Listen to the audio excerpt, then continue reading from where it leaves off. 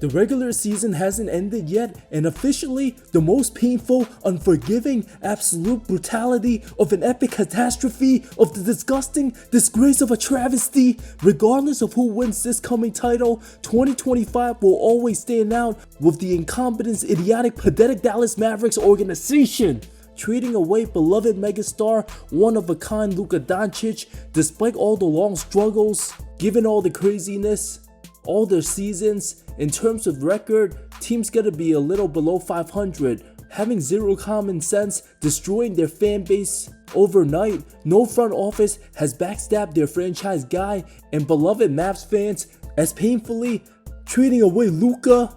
Team officially cursed, fresh off an NBA Finals to laughingstock, franchise close to getting relocated.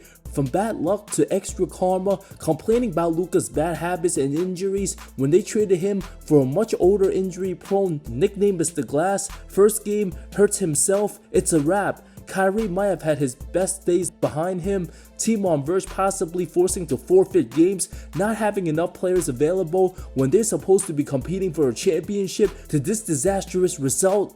Way worse than the 93 and 94 season, 11 and 13 wins.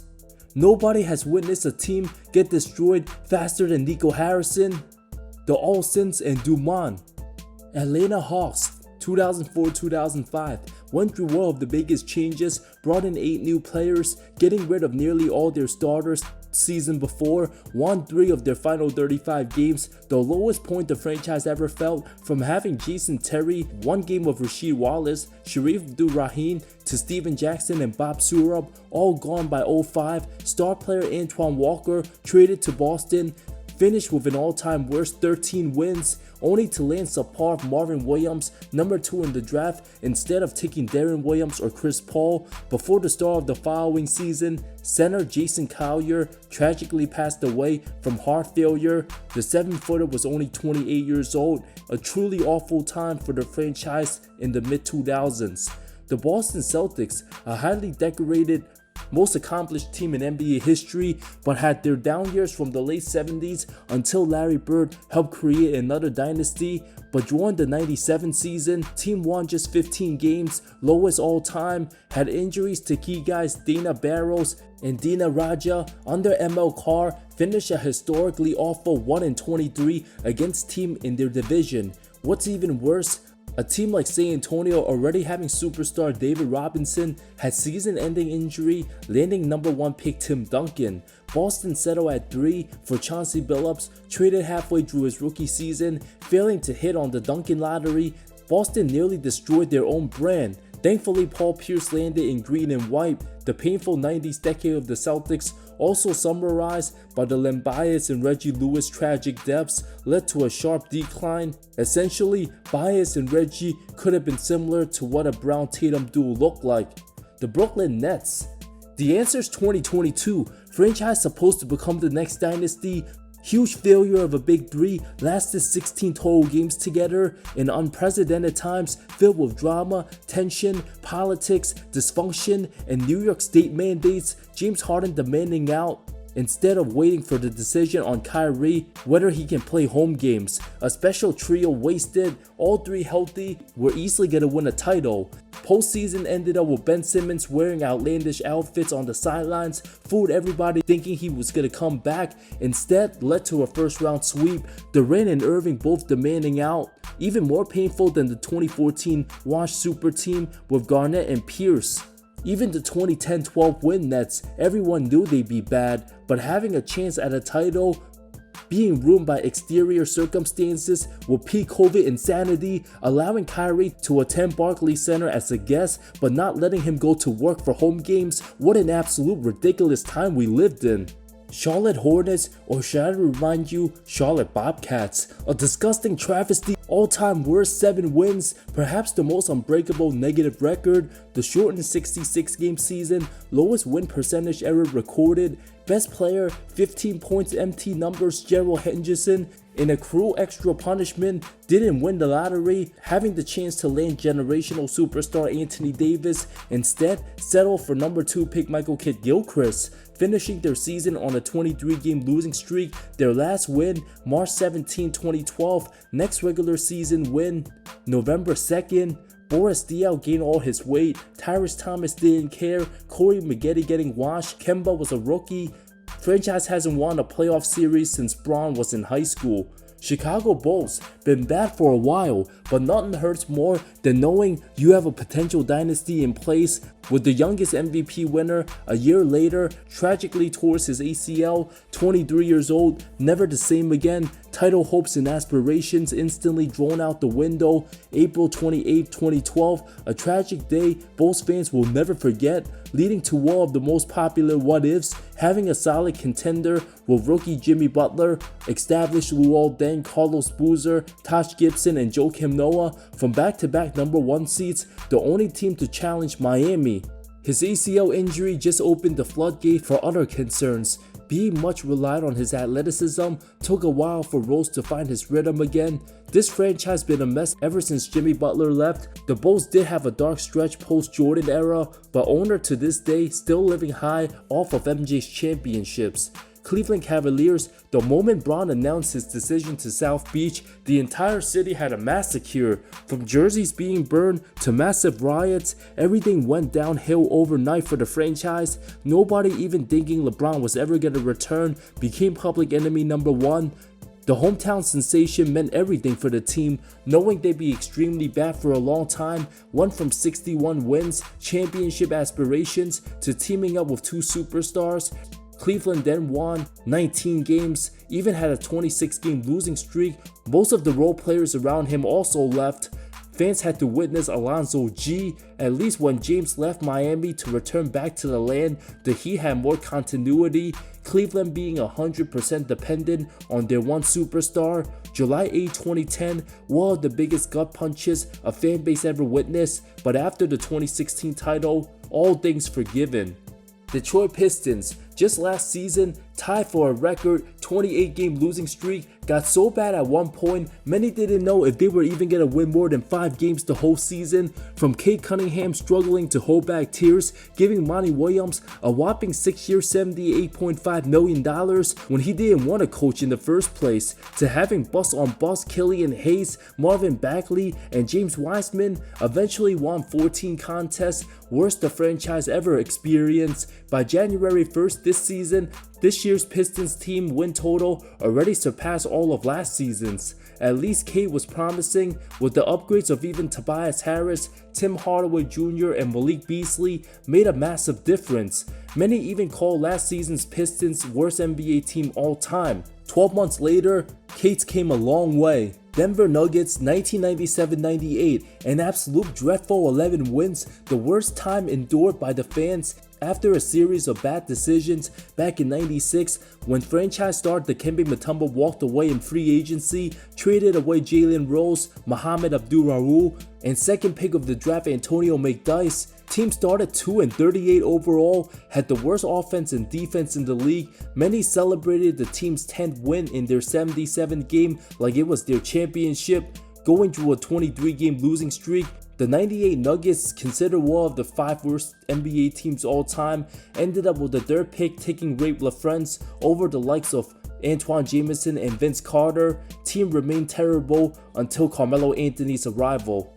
Golden State Warriors, some would say the 2020 year with Klay out for the season, Steph played 5 games, everybody needed their rest from all those big playoff minutes. Team saw another title just 2 years later with everyone back healthy. The 97-98 disaster after the TMZ era, team started 0-9, head coach PJ Carlesimo and star player Latrell Sprewell got into it at practice, leading to the most famous choke in NBA history. The angry small forward put his hand around coach's neck. December 1st, the 4-time All-Star even threatened to kill his coach, demanded a trade, kicked out of practice, returned 20 minutes later to attack PJ again, leading to public outrage. Sprewell's contract, even voided, led to the longest suspension at the time. So much for winning 19 games. Franchise wouldn't go above 500 till the We Believe 07 team. Between 1995 to 2006, there was literally no hope for the franchise. Houston Rockets 2022 under Steven Silas lost control of his team, although the franchise has seen worse like the 83 season and even 2021. Everybody labeled selfish. Silas 3 seasons, a disgusting 59-177 record, winning 25% of his games. Christian Wood and Kevin Porter Jr. both suspended for attitude problems. Rookie Jalen Green looked like a bust. John Wall paid $41 million while healthy, just riding the bench collecting paychecks. Losing his first 15 games from 3 years before, franchise suffered consequences after trading Chris Paul. Silas didn't give much minutes to rookie Şengün. Team had another awful year afterwards before Ime Udoka took over. Indiana Pacers, easily malice in the palace, destroying all hopes of winning a title. Being one of the favorites that year with prime Ron Artest and prime Jermaine O'Neal, won 61 games season before, best record in the league. November 19, 2004, less than half a year removed from the physical conference finals battle, Indy cruised to an easy win, but Artest fouled Ben Wallace with just over a minute left. Big Ben then shoved him. Ron laid at the scores table before a fan drew a drink from Rose Up, resulting to the ugliest brawl in NBA history. Artest suspended rest of the season, was averaging nearly 25 a game. The fight arguably cost Ron and Jermaine Hall of Fame careers, led to Reggie Miller's retirement season. This team added Steven Jackson, replacing Al Harrington, made them better offensively. This was worse than the 2014 second half collapse, since that Pacers team, even if they beaten Miami, had no chance against Red Hot San Antonio. The Los Angeles Clippers, the cursed franchise, been so bad under the racist, disgraceful, pathetic Donald Sterling, his entire tenure, an epic disgrace. Thankfully for Steve Ballmer buying the team, but that doesn't excuse the fact that the 2020 bubble, given the Clips were favorites to win it all, a loaded squad, even drew comparisons to the 96 Bulls, acquiring both Kawhi and trading for Paul George, officially the worst trade in league history. If Leonard's camp wasn't that demanding, perhaps this franchise with current SGA and Leonard would have won a title by now, leading to the most embarrassing stretch of a 3-1 collapse meltdown. Featuring Pandemic PP, Magic City Lou played like Tragic City Blue. Montrezl thought he was tough and mean. Jokic turned him into a ghost unseen. Kawhi all-time Game 7 smoker. Doc Rivers, king of 3-1 shivers choker. Franchise ever since been nothing but mediocre. Los Angeles Lakers, many cite the 2016 campaign, a franchise worth 17 wins, Kobe's last year, but realistically, the team's so bad, after Bryant announced his plans to retire, every game became a celebration tour. Throughout the 78 years of franchise existence, plenty of crazy moments, but 2013, easily the most painful season due to heavy title hopes. With the addition of Steve Nash and Dwight Howard, things went wrong from the start. Nash getting hurt early, missed half the season, to Jim Buss hiring Mike D'Antoni over Phil Jackson. Dwight recovering from back surgery, became a shell of himself. Kobe playing heavy minutes, dragging the 17 and 25 team to the playoffs, suffered a career-changing Achilles tear April 12th. Even Gasol had tendonitis issues. The painful consequences afterwards resulted in Dwight leaving to Houston, Nash near retirement, Gasol later left for Chicago, and a banged-up Kobe stuck with immature young mean players. Memphis Grizzlies, the entire Vancouver 10-year disaster, had to move to the US, never even won 23 games each of his first 6 seasons. Players refused to go there, went 8-42 during the 99 season. From terrible management to everything being bad, Big Country the face of those green-like jerseys. What a bad time.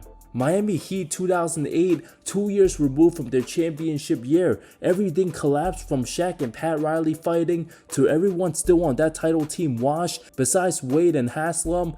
Dwayne's multitude of injuries, missed 31 games, O'Neal traded, only healthy guys Tank Commander Ricky Davis and Mark Blount, disgusting 15 wins. Wade later became a one-man show until Bosh and LeBron joined him. Milwaukee Bucks, worst season in Bucks history. From a losing standpoint, 63 L's, Giannis rookie season, but no one knew he was gonna be this good. The first year of having a true rebuild, there were rumors of the team potentially relocating. Chris Middleton traded from the Pistons, Brandon Knight the first option, team landed Jabari Parker the following draft, who was supposed to be a franchise player. New head coach Jason Kidd made strides following season. Giannis been on the rise ever since. Minnesota Timberwolves, the entire 2009 offseason throughout 2010 after passing up on Steph Curry twice with Johnny Flynn and Ricky Rubio. Before Steph had that 54-point game at Madison Square Garden, Flynn was already out the league, resulted in a franchise worst 15 wins.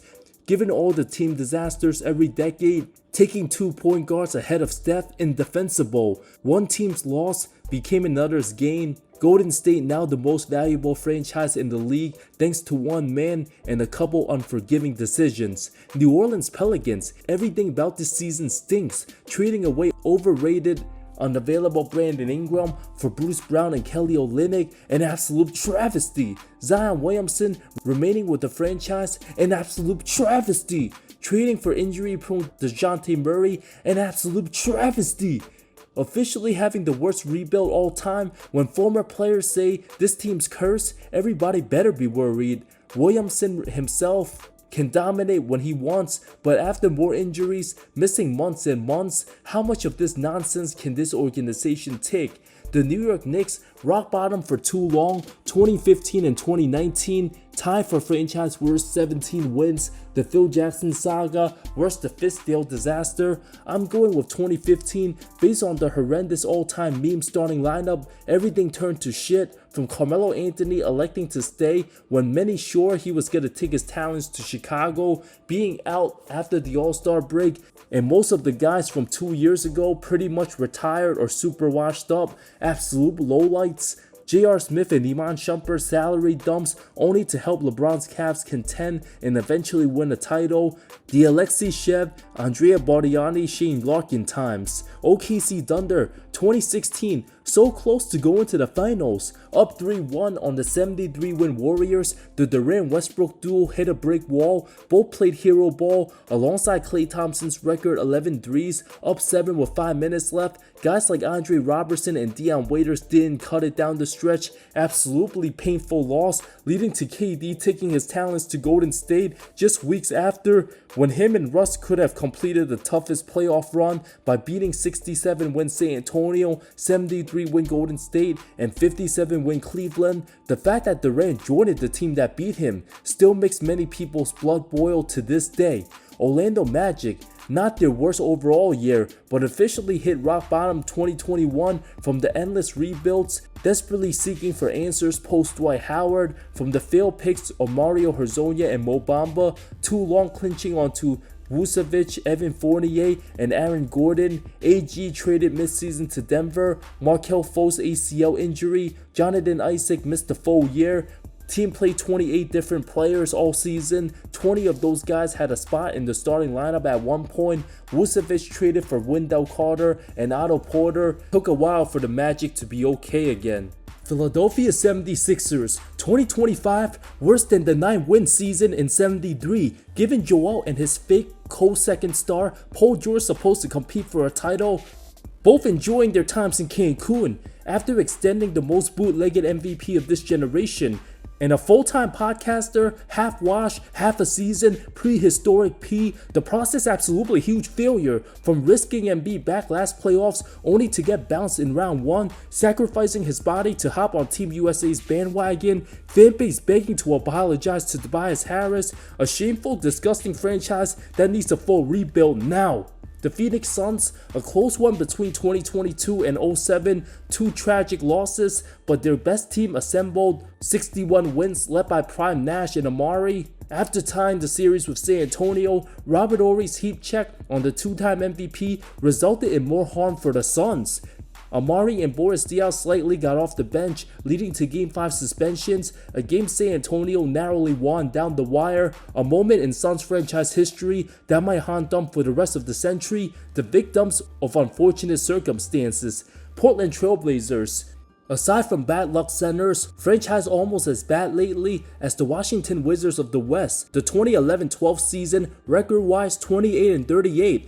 The franchise was supposed to be contending for titles that stretch after selecting Greg Oden 5 years prior and Brandon Roy right before Greg. The duo was supposed to take over the league, but Roy on December 10, 2011 announced his retirement from basketball due to degenerative knees, a devastating blow for the entire league. Oden, on the other hand, had a third microfracture knee surgery, waived in March that season. Another huge blow set the franchise backwards, going from the Jailblazers to the team that became medically cursed. LaMarcus Aldridge then had to wait for Dame Lillard, both of whom had some success, but ultimately a potential dynasty destroyed due to bad knees. Sacramento Kings, given all their dysfunction last 2 decades, I'm going with the ending of the 2002 season.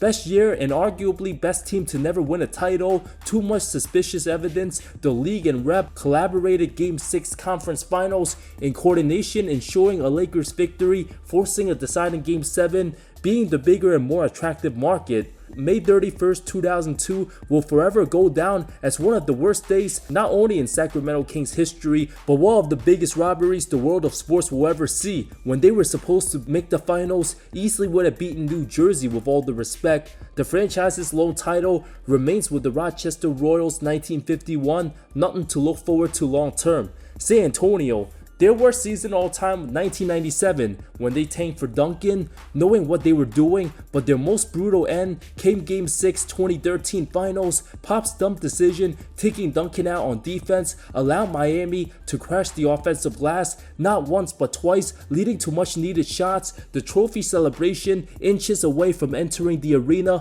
until this happened. Won't go, rebound Bosh, back out to Allen, his three-pointer, bang! Rooting an epic Tim Duncan masterclass, losing his one and only finals. 2014 team bounced back, claimed what's theirs, but a 4th finals MVP for Duncan might have put him in the top 3 conversation. Toronto Raptors, the answer is not always the worst record, which came in 98, but absolutely 2005, when they traded away Vince Carter for peanuts. Alonzo Mourning refused to play in Canada. Eric and Aaron Williams, just brutal, half man, half amazing, supposed to be the franchise superstar. Some Raptors fans still hold a grudge on his attitude towards the team, controversially had his number retired. This trade made fans nearly as outraged as Dallas giving away Luka. Utah Jazz, the only franchise to never record a 60-loss season, which gonna happen this year. But their most painful moment, Game 6, 1998 Finals, a Howard Isley 3 made, refs waved it off before there was instant replay. Later, Ron Harper's shot counted when revealed, ball still in his hands, leading to the MJ shot, lost by 1, franchise still haunted by Jordan to this very day. Washington Wizards, the entire existence post-1970s, excruciatingly painful. If there was one franchise to totally eliminate from the NBA, last season, Super Rock Bottom featured the light-skinned bros, created memes every game. Hard not to laugh at how pathetic an NBA team could be so bad. Straight up garbage on all levels. A lot of their troubles, whether it's giving Gilbert Arenas, John Wall, or Bradley Beal max contracts, somehow finds another desperate team willing to trade for them. Now the current Phoenix Suns dealing with Washington's mess.